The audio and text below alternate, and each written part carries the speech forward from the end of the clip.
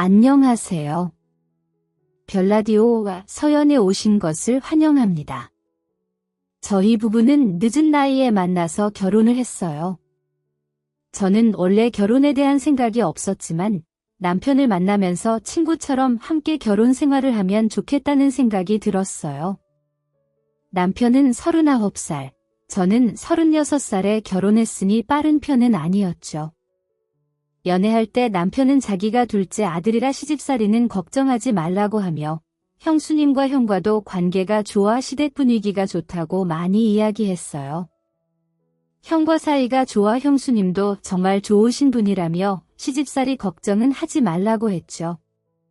시어머니도 절대 시집살이를 시키지 않으신다고 신식 시어머니라 걱정하지 말라는 말을 많이 하셨고 저는 그 말을 믿었어요. 형수님과 시어머니가 사이가 좋다고 자랑을 해서 그런 줄 알았죠. 시댁에서는 남편이 39살이라 40 전에 결혼하길 바라셨어요. 그래서 시어머니를 뵙고 상견례를 준비했습니다. 저희 집에서도 제가 더 나이 들기 전에 결혼하길 바라셨어요.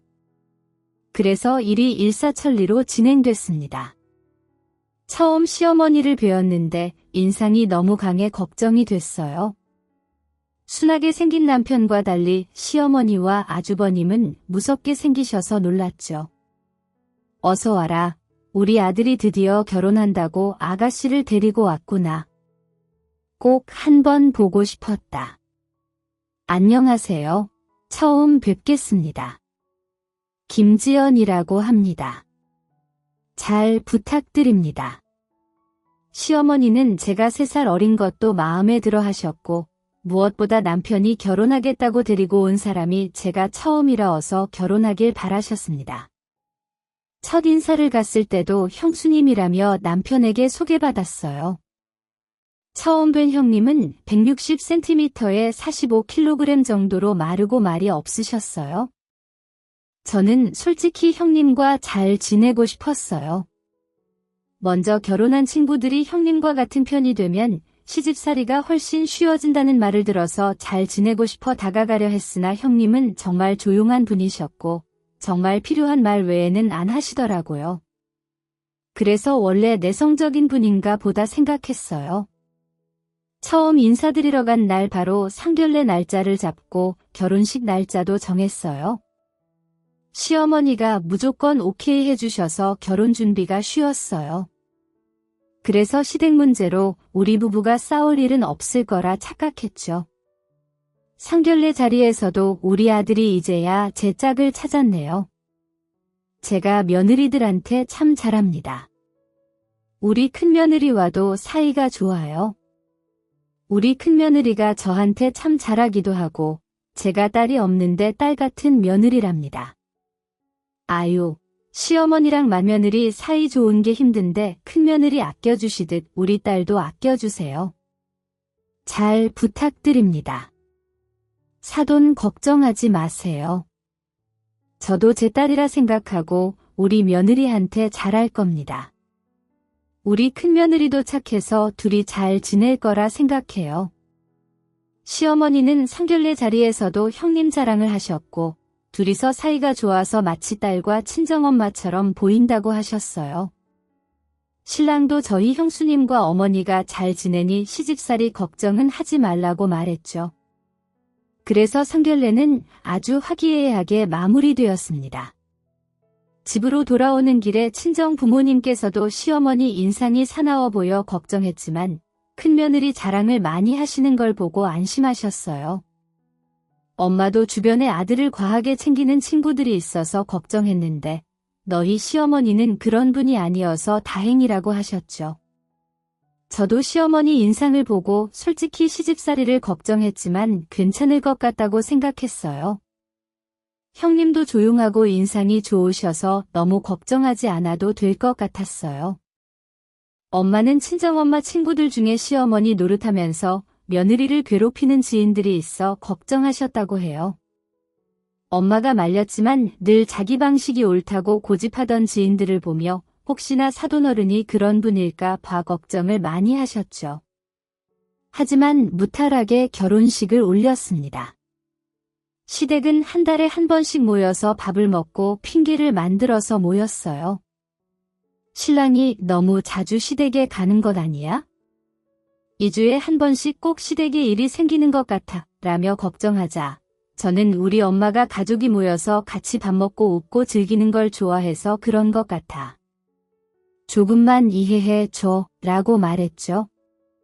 시어머니는 2주에 한 번 저희 부부를 오라고 하셨고 형님네 부부도 마찬가지였어요. 하루는 회를 많이 샀다고 모이고 친척 결혼식이 있으면 함께 가자고 모이고 이모들이 오셨다고 모이는 등 정말 다양한 이유로 시댁에 오라고 하셨어요. 하지만 직장 생활을 하다 보면 참석할 수 있을 때도 있었고 못 갈 때도 있었습니다. 시어머니는 인상을 쓰시긴 했지만 별다른 말씀은 없으셨어요. 저는 늘 음식을 준비하고 치우는 형님이 대단하다고 생각했어요. 형님은 한 번도 빠짐없이 모든 행사에 참석했고 시댁에 와서는 부엌 일을 하셨죠. 아주버님은 집안일을 돕지 않으셨고 시어머니는 며느리가 일하는 걸 당연하게 여기셨어요. 그래서 제가 형님께 제가 매번 일이 생겨서 죄송합니다. 다음번에는 제가 먼저 와서 도울게요 라고 하면 형님은 아니야, 동서. 시집 오기 전에도 내가 다 했던 일이니 괜찮아 라고 하셨어요. 하지만 형님이 늘 지쳐 보이셔서 저는 늘 죄송했어요. 형님은 시댁에서 늘 부엌에만 계셨고 가족들과 있기보다는 혼자 있는 게 더 편해 보이셨죠. 그래서 내성적인 분이라서 그러신가 보다 생각했어요. 그러다 제가 결혼 2년 만에 임신을 하고 입덧이 심해서 시댁에 못 갔습니다. 아이를 낳고 나서도 100일 전까지는 외출이 힘들어서 시댁에 갈 수가 없었어요. 형님은 제가 시댁에 못 가는 것을 이해해 주셨고, 동서, 아기가 아직 어려서 힘들 거야. 시댁 일은 너무 신경 쓰지 말고 몸조리 잘해 라고 하셨어요. 저희가 늦은 나이에 결혼해서 늦은 나이에 아이를 낳으니 다들 걱정을 해주셨어요. 시어머니 또한 별말 안 하셨고 신랑도 시댁 행사에 참석하지 않는 것에 대해 아무 말도 안 했습니다. 그러다가 어느 날 새벽 1시에 시어머니에게서 전화가 오자 신랑이 급하게 나가는 거예요. 여보, 나 형님 집에 좀 갔다 올게. 자고 있어. 형이랑 엄마가 오라셔 라고 하더군요. 무슨 일인데 그래? 누가 아프신 거야? 나도 같이 가야 되는 거 아니야? 라고 물었더니 우선 내가 가서 무슨 일인지 알아보고 문자 보낼게. 너무 걱정하지 말고 있어 라고 했어요. 신랑은 해가 뜨고 출근 직전에 돌아와서 옷만 갈아입고 출근했습니다. 결혼하고 나서 이런 일이 처음이어서 저는 정말 큰일이 났구나 생각했어요. 신랑은 퇴근하고 와서 다시 이야기하자고 회사를 갔고 신랑에게 대충 이야기를 들으니 형님이 집을 나간 상황이었습니다. 처음에는 아주버님과 부부싸움을 크게 하셨나 보다 생각했어요. 하지만 신랑이 퇴근하고 형님의 두 아들을 데리고 왔을 때 생각보다 심각하구나라는 생각이 들었습니다. 형 집에 형도 없고 형수님도 없고 엄마는 형네 부부 이혼한다고 아이들을 봐줄 상황이 안 돼서 정말 미안하지만 하루 이틀만 아이 좀 봐주면 안 될까? 라고 하더군요. 그래, 근데 두 분 정말 이혼하신대? 난 그냥 부부싸움일 줄 알았는데 라고 물으니 형수님이 합의 이혼서에 도장 찍었고 형도 욱하는 마음에 도장 찍었다더라. 그래서 엄마가 지금 난리가 났는데 아이들을 그 자리에 방치할 수 없어서 데리고 왔어 라고 했어요. 그래, 잘했어. 애들이 얼마나 상처받을지 생각하니 마음이 아팠습니다. 형님이 정말 이혼하시기로 마음먹으셨나 봐요. 애들은 제가 하루 이틀 보는 건 괜찮았지만 사실 신생아를 돌보는 것도 힘들었거든요. 초등학생이지만 저학년이라 여전히 손이 많이 가는 아이들이었는데 시어머니나 아주버님도 아이들을 찾으려 하지 않았습니다. 형님에게 전화를 걸었지만 받지 않으셨고 아이들이 우리 집에 있다고 문자 보내니 형님은 몇 시간 뒤에야 답장이 왔습니다.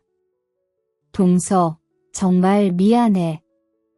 우리 애들 잠시만 봐줘. 내가 데리고 갈 거야. 지금은 내가 연락도 먼저 못하고 미안해. 불쌍한 우리 애들 좀 봐줘 라고 하셨죠. 도대체 무슨 일이 있었기에 아이들을 그렇게 아끼던 형님이 아이들까지 두고 나갔는지 물어보고 싶었지만 물어볼 사람이 없었어요. 시어머니는 화가 나 있는 상태였고 신랑은 이 주제로 이야기하는 걸 꺼려했습니다. 결국 형님은 이혼을 했고 시어머니는 아주버님 집에 가서 살기로 했어요. 아주버님은 부엌 일도 할 줄 모르시니 아이들의 밥을 챙겨줘야 했기 때문이죠. 그제야 아이들도 데리고 가셨습니다. 2주 넘는 시간을 제가 아이들을 돌봤는데 아무도 고맙다거나 수고했다는 말을 하지 않았어요. 제가 돌보는 걸 당연하게 생각하신 거죠. 사실 저희 아기도 어려서 정말 손이 많이 가던 시기였는데 초등학생 남자 두 아이를 돌보는 게 쉽지 않았어요. 하지만 시기가 시기인 만큼 저도 그러려니 하고 넘어갔습니다. 시간이 지날수록 이혼 이유가 너무 궁금해졌어요. 그래서 저는 신랑에게 진지하게 물어봤습니다. 여보, 그런데 형님 성격에 웬만큼 큰일 아니면 이혼하자고 하실 분이 아닌데 자식도 다 내버려두고 혼자 고향 가셔서 연락도 안 되고 대체 무슨 일이야? 신랑은 나랑은 사이가 나쁘지도 좋지도 않았는데 내 전화까지 안 받으시더라. 나도 잘 몰라. 그냥 부부가 살다 보면 안 맞아서 이혼할 수도 있는 거지. 형의 불같은 성격에 형수님이 참고 산 것도 있고 형수님이 지금 너무 극단적으로 나가시는 것도 있고 나도 잘 모르겠어 그냥 성격 차이라고 생각해 라고 대답했어요. 신랑은 자세한 이야기를 해주지 않았고 사실 부부 문제는 부부만 아는 내용이라 더 이상 물어보지도 않았습니다.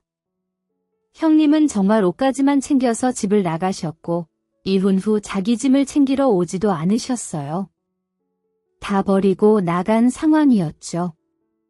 형님의 이혼이 확정되고 난 뒤 그때부터 시어머니가 달라지셨습니다. 매일 저에게 전화를 하셔서 처음에는 집 나간 큰 며느리 욕을 하시더라고요. 내가 얼마나 잘해줬는데 우리 아들을 이혼시켜? 그리고 자기 아들들 다 버리고 가는 엄마가 어딨어? 너도 그렇게 생각하지? 어떻게 엄마가 그래 천하에 몹쓸 사람이야 하며 형님 욕을 매일 하셨어요. 결혼 전에는 딸 같은 며느리라고 하시면서 이혼하자마자 천하의 나쁜 사람처럼 이야기하셨어요. 사실 저는 늘 시댁에 갈 때마다 형님이 대단하다고 생각했기 때문에 형님 욕을 할 수가 없었어요. 시어머니는 딸이라면 이해해줄 만도 한데 며느리이기 때문에 자기 아들한테 손해를 끼친 것에 대해서 매우 억울해하셨어요. 그리고는 이제부터 네가 맏며느리지 않니? 집안 행사에 다 참석해야겠다. 내가 하는 말 알아들었지? 맏며느리 역할 이제 해야지. 여태까지 쉽게 넘어갔잖니? 며느리 역할 제대로 한 것도 없고 음식도 아직 잘 못하고 라고 하셨어요. 저는 어머니, 제가 유치원 교사라 월차 사용하는 게 눈치 보이고요. 새 학기 시작할 때는 제사나 집안 행사에 참석하기 어려워요. 제가 집에 있으면서 안 가는 것도 아니고요. 라고 말씀드렸어요. 그러자 시어머니는 돈 번다고 유세 떨지 말고 며느리 역할 하길 바란다. 이제 네가 맏며느리라는 거 꼭 명심하고 라고 하시며 전화를 끊으셨어요. 시어머니는 직장 일 때문에 힘들다는 제 말은 들으시지도 않으셨죠. 제가 그저 변명한다고 생각하시는 것 같았어요. 그러면서 신랑 앞에서는 언제나 내가 화를 냈냐며 돌변하시더라고요. 신랑 앞에서는 이제 내가 며느리 역할 좀 해야 하지 않겠어? 늙은 내가 혼자서 하기에 벅차니 내가 좀 도와다오 하시는 겁니다. 일이 이렇게 진행되다 보니 중간에서 저만 상처받는 일들이 생길 수밖에 없었어요. 신랑은 저에게 우리 엄마가 지금 힘드니까 당신이 조금 도와주면 안 돼? 그렇다고 엄마 혼자 다 하라고 할 수 없잖아. 형수님도 안 계신 지금 형네 아이들까지 엄마가 다 케어하고 계신데 당신이라도 조금 도와드려야지 하는 겁니다. 지금은 시기가 이러니까 참자고 생각했어요. 여기서 제가 큰 소리를 치고 신랑이랑 싸우면 집안의 분란만 더 커질 것 같았거든요. 그렇게 몇 달이라는 시간이 지나갔습니다. 시어머니 막말에 지쳐 있을 때쯤 시어머니가 도를 넘는 말을 하시기 시작했습니다. 제가 정말 못 참았던 사건이 일어났어요. 이번 주 제사니까 일 빠지고 오너라. 이제부터 너랑 나랑 둘이서 준비해야 하니 아침 7시까지 오도록 해. 직장 핑계대면서 계속 못 올 것 같으면 직장 관둬. 어머니, 지금 신학기라 힘들어요. 저희 애도 어린이집 가야 되고요. 저는 일을 쉽게 빠질 수 있는 상황이 아니에요. 그리고 매번 직장 그만두라고 하시는데 제가 직장을 그만두면 애 키우는 돈도 그리고 대출금도 어떻게 다 갚아요? 아니, 집에 손주가 2명이나 있는데 손주는 왜 또 낳아서? 형 아들들 키우면서 다 같이 살면 얼마나 좋아. 아무튼 이제 재산은 내가 책임져야 되니까 일은 내가 알아서 하고 아침에 꼭 오거라. 저는 제가 잘못 들은 줄 알았어요. 우리 아들과 형님 부부의 아이는 완전히 다른 사람인데 왜 아들을 낳았냐는 말에 정말 화가 났어요. 그리고 제가 왜 이혼한 아주버님 아이들을 키워야 되나요? 제 새끼도 아닌데 말이죠. 그러면서 저에게 모든 일의 1순위는 시댁 집안일이라고 말씀하시는 어머니의 모습에 너무 화가 났어요. 저는 신랑에게 이 모든 이야기를 했습니다. 저는 당연히 화를 낼 줄 알았죠. 그런데 신랑의 반응은 달랐습니다. 여보, 어머니가 회사 그만두라고 하시면서 오늘 나보고 아들을 왜 낳았냐고 하시더라. 형님네 애들 키우면서 함께 살면 되는데 하시면서 말이야. 왜 아주버님 애들이 내 아들이냐고 하시는 거야? 아니, 엄마가 지금 형수님 집 나가서 이혼까지 한 상황이라 너무 어이가 없으셔서 그래. 당분간은 자기가 맏며느리 역할 좀 해야겠다. 엄마가 우리 아들 좋아하는 거 당신도 알잖아. 그리고 형 아들이면 우리 아들처럼 생각할 수도 있지? 너무 그렇게 선 긋지 말자. 전엔 신랑의 말이 더 어이가 없었습니다. 어떻게 아주버님 아들이 제 아들처럼 생각할 수 있나요? 제가 낳은 애도 아닌데 저만 이런 말이 이해가 가지 않나요? 저는 신랑과 시어머니의 사고방식을 이해할 수가 없었어요. 거기에 모든 일의 1순위를 시댁 행사라니 어이가 없었죠. 신랑이랑 말이 안 통하고 너무 답답해서 이혼한 형님께 전화를 걸었습니다. 처음에는 전화를 안 받으시더라고요. 그러다가 몇 시간 후 전화가 왔습니다. 동서 잘 지냈어? 우리 부부 때문에 이리저리 신경 많이 썼다면서 동서한테 미안하네. 우리 집안 문제로 이리저리 신경 쓰이게 해서 아니에요? 형님 잘 지내시죠? 안 그래도 형님 나가고 나서 어머니가 너무 돌변하셔서 너무 답답한데 형님 생각이 나서 전화드렸어요. 안 그래도 동서가 우리 애들 봐줬다는 얘기 듣고 한 분은 고맙다고 이야기하고 싶었어. 시어머니는 원래 그런 분이야? 나한테는 지금보다 더 하셨어. 이제 내가 없으니까 동서한테 집착하시는 거야? 동서가 정말 힘들겠네. 저는 형님에게 형님이 나가 놓은 시어머니가 이 막말과 이번에는 일까지 관두고 시댁일을 하라는 모습에 너무 화가 났다고 말씀드렸습니다. 형님은 한숨을 쉬면서 나한테 모든 사실을 고백하시더라고요. 저는 형님이 하는 말을 듣고 그제야 형님이 왜 이혼할 수밖에 없었는지, 애들을 두고 집을 나갈 수밖에 없었는지 이해가 됐어요. 사실 나는 시어머니 때문에 질려서 이혼한 거야. 이번에 합가를 하자고 신랑이랑 집을 계약을 하신다고 하더라. 나는 분명 신랑이랑 시어머니한테 싫다고 말했는데 내 의견을 계속 무시하신 거지. 아니, 합가를 하자고 하셨다고요. 근데 형님이 그렇게 반대했는데도 무조건 집을 파신 거고요. 아니, 아주버님은 왜 형님 의견을 무시하고 마음대로 합가를 진행하신 거죠? 형님 정말 힘드셨겠어요. 수백 번 말했어. 나는 학교 가기 싫다고. 근데 그 두 사람은 내 말은 전혀 안 들리는 것처럼 행동하더라. 그래서 애들도 두고 내 짐도 아무것도 가지고 오지 않고 집을 나온 거야? 시댁에서 그 어떤 말을 해도 무시하자 시댁에서 아무 말도 안 하게 되더라. 제가 본 형님은 너무나 착한 며느리였거든요.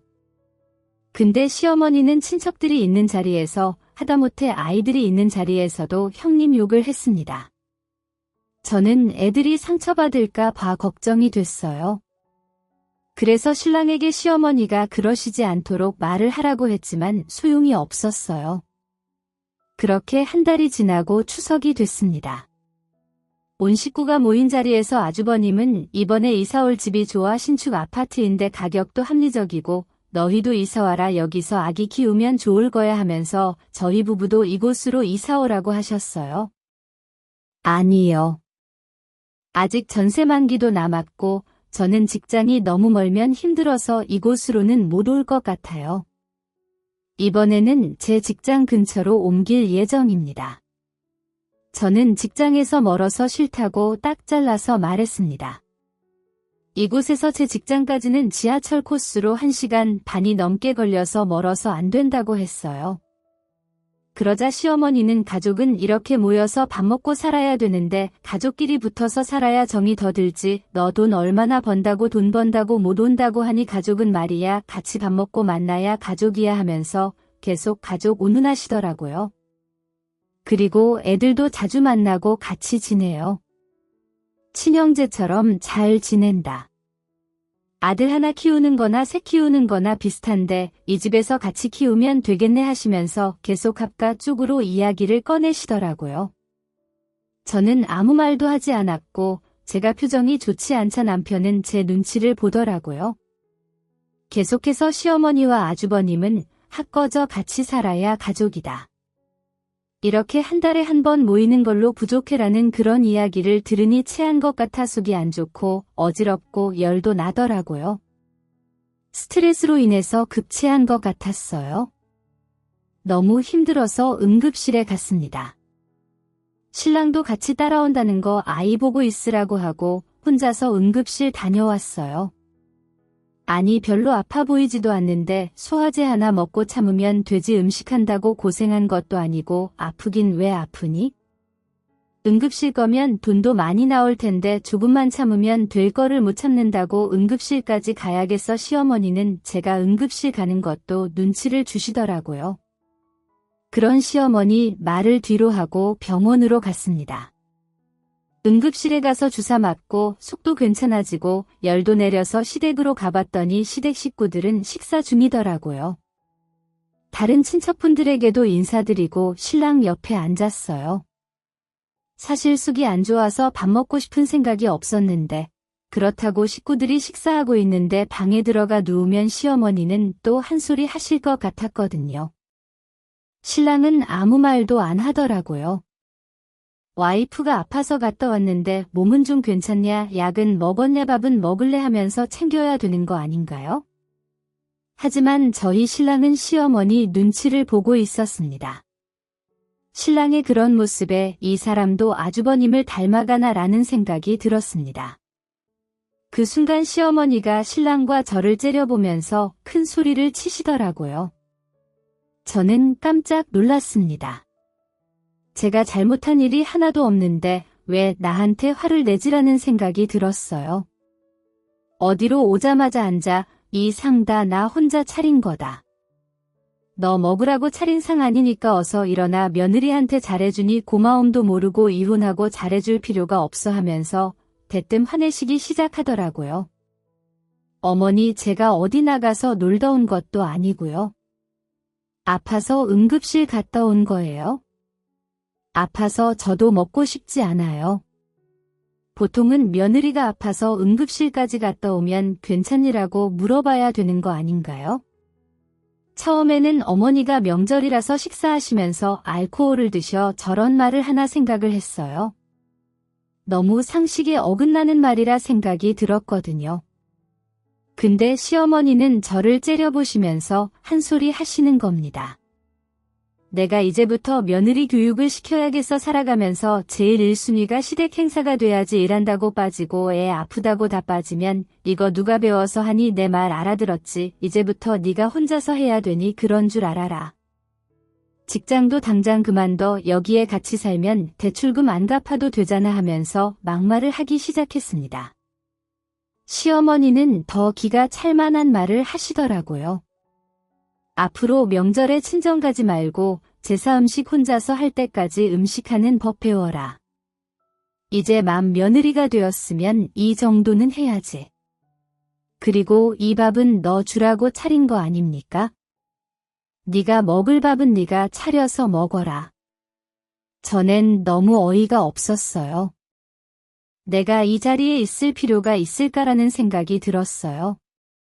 저는 그 자리에서 일어나서 어머님이 차리신 상이라고 며느리는 먹지도 말라고 하시니 저는 저희 엄마가 해주는 밥 먹으러 갈게요. 제 밥은 제가 알아서 챙겨 먹을게요. 그러자 시어머니는 큰 소리를 치시면서 아니 지금 친정에 가지 말라고 한 거 못 들었어. 당장 가방 내려놔 봐라. 며느리한테 잘해줘도 아무 소용 없잖냐. 이제 내가 제대로 교육시켜야겠다. 너 당장 부엌으로 와. 신랑은 사태가 심각해지기 전에 저를 말리더라고요. 여보 왜 그랬어? 당신 이런 사람 아니잖아. 엄마한테 잘못했다고 하죠. 좋은 게 좋은 거라고. 명절에 지금 무슨 짓이야? 당신 아픈 거 아는데 그래도 이러면 안 되지. 친척들도 계시고 당신이 그냥 잘못했다고 해. 당신 나 식모로 일하라고 나랑 결혼한 거야? 시어머니가 나 밥 안 차렸다고 먹지도 말라는 말 못 들었어. 당신 와이프가 이런 취급받는데 당신은 지금 누구 편이니? 나 찾지 마. 애 데리고 친정 갈 테니까 당신도 잘 생각해봐. 적어봐라. 며느리가 지금 시어미 앞에서 신랑에게 큰 소리를 치더니 정말 안 되겠구나. 너희도 합가해서 같이 살면서 배워야겠어? 어디 며느리가 시어미 앞에서 눈을 똑바로 뜨고 대들어 당장 가방 내려놓지 못해? 저는 아이를 데리고 그 길로 나왔습니다. 더 이상 시어머니랑 이야기하고 싶지도 않았고 시어머니의 감정 쓰레기통이 되고 싶은 생각도 없었거든요.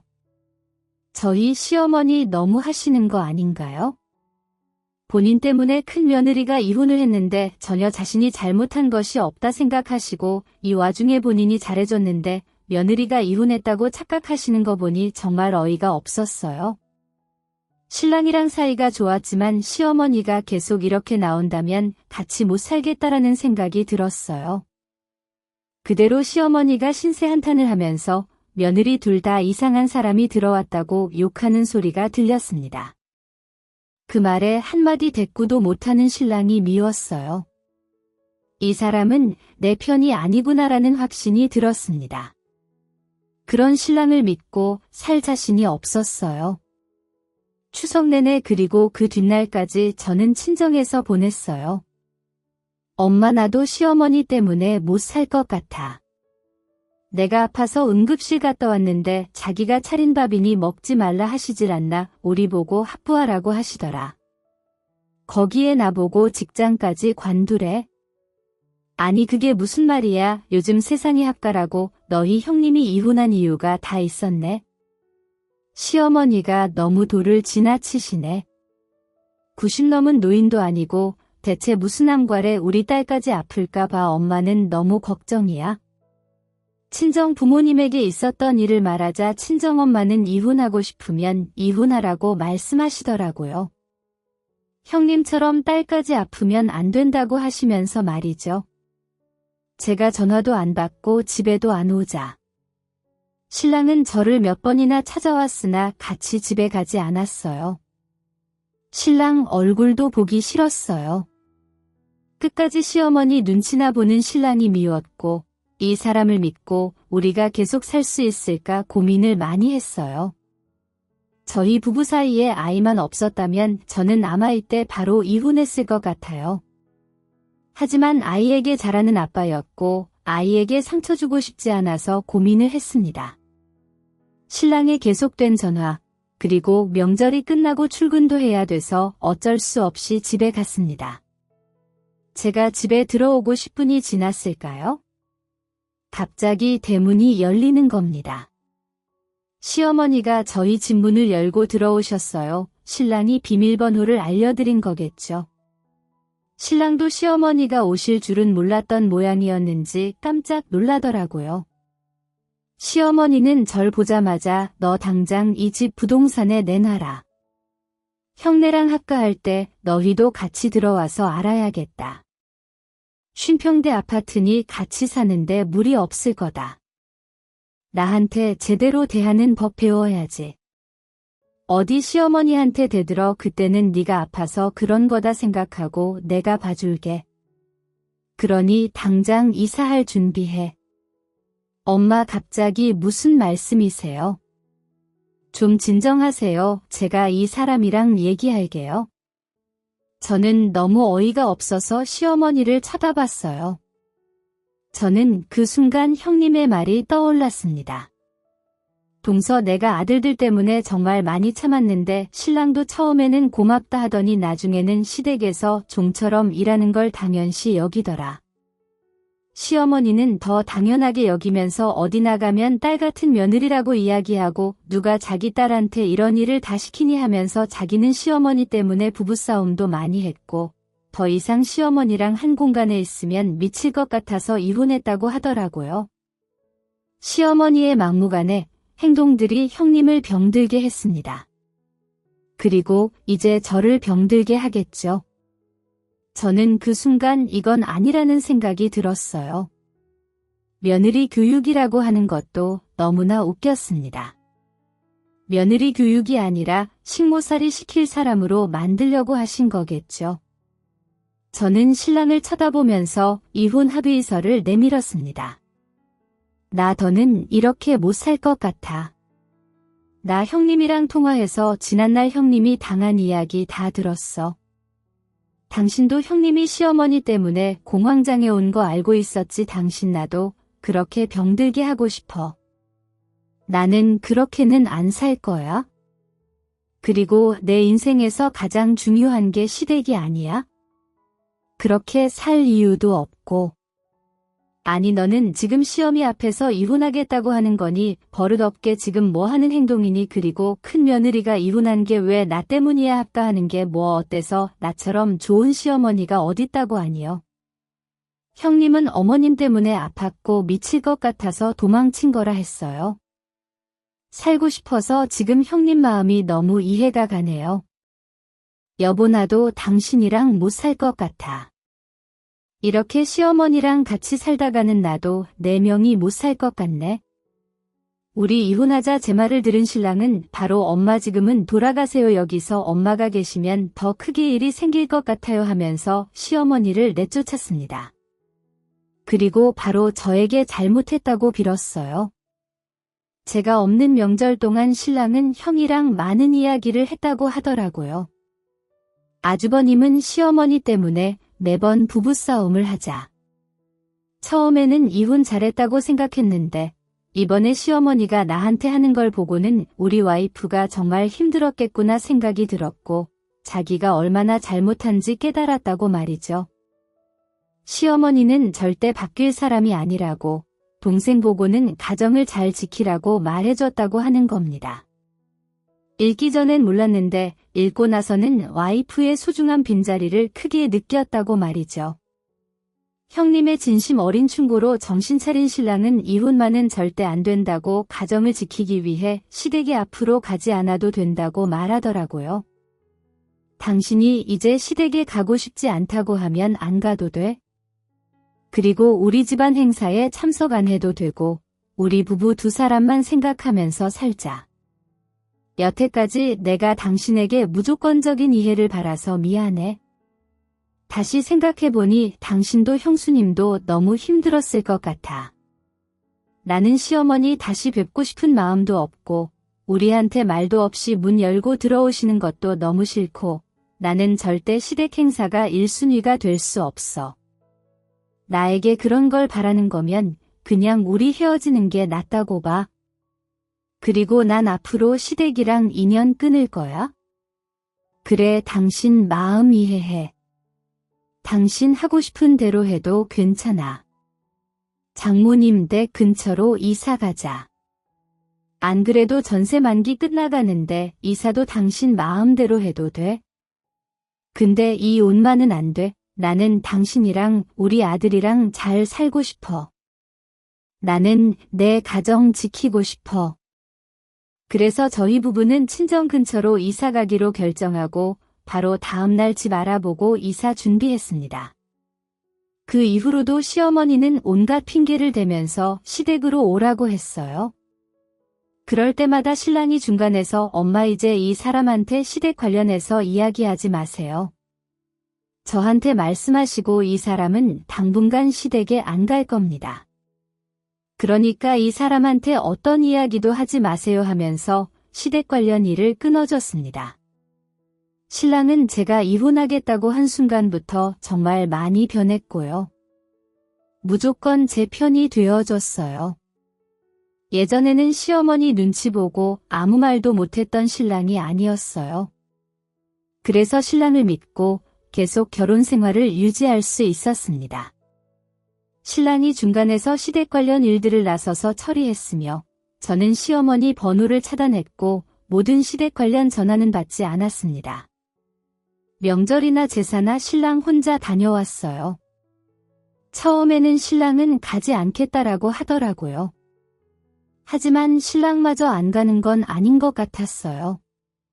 그래서 신랑에게 혼자서라도 명절에는 시댁에 가라고 했죠. 여보나 신경 쓰지 말고 당신 혼자서라도 가. 당신한테는 어머니시잖아. 우리 각자 집에 갔다가 오자. 나도 이런 걸로 당신 눈치 보기 싫어. 그래, 당신이 가라고 하니까 갈게. 명절 제사 지내고 바로 올게. 사실 신랑은 명절 말고는 시댁에 가지 않았습니다. 제가 이혼하겠다고 한 이유로 매주마다 저희를 부르시던 시어머니는 처음엔 신랑만 부르시더니 신랑이 아예 가질 않자 더 이상 부르시지 않더라고요. 저도 한국 며느리다 보니 처음에는 마음이 불편했으나 일하면서 육아하다 보니 마음이 불편하거나 그런 생각조차 들지 않더라고요. 신랑이랑 시어머니 문제가 아니면 싸울 일도 없다 보니 부부 사이는 더 좋아졌습니다. 저희 부부는 저희 부부만 생각하기로 했거든요. 신랑도 처음에는 혼자 가더니 요즘은 더 안 가려고 하더라고요. 엄마는 아직도 본인이 뭘 잘못했는지 모르시는 것 같아 며느리들에게 잘했다고 계속 우기시는데 형도 힘들어하더라. 형은 형수님이랑 잘해보고 싶은데 형수님은 형도 엄마도 다시 보고 싶지 않다고 하는 상황이래. 형이 후회하는 모습 볼 때마다 안쓰럽고 아직도 자기는 잘못한 거 없다고 우기는 엄마 보면 답답해 갈 때마다 와이프 욕하는 시어머니랑 같이 있고 싶지 않고 똑같은 말 계속 반복하는 시어머니한테 아들인 신랑도 질려버린 상황이었죠. 아주버님도 우리 신랑도 시어머니의 이런 모습에 지쳐갔습니다. 합가를 했던 형은 이제 따로 살 준비를 한다고 하더라고요. 저는 앞으로도 우리 부부와 아들만 생각하고 살 생각입니다. 시댁의 일은 이제 저랑 관련 없는 일이다 생각해요. 그게 마음이 편하더라고요. 그리고 저 또한 시어머니 같은 시어머니가 되지 않기 위해 노력할 거예요. 본인이 무엇을 잃었는지도 모르고 가족이 제일 소중하다 하시면서 가정을 파괴하는 그런 시어머니가 되면 안 되겠죠. 며느리도 누군가의 소중한 딸이고 시어머니한테도 자식인데 식물 취급하며 며느리 군기 잡겠다고 하는 거 도저히 이해할 수 없는 행동이잖아요. 제 사연 들으시고 아직도 며느리가 일하는 게 당연하다 여기시는 분들이 안 계셨으면 좋겠네요. 저는 이만 줄이겠습니다.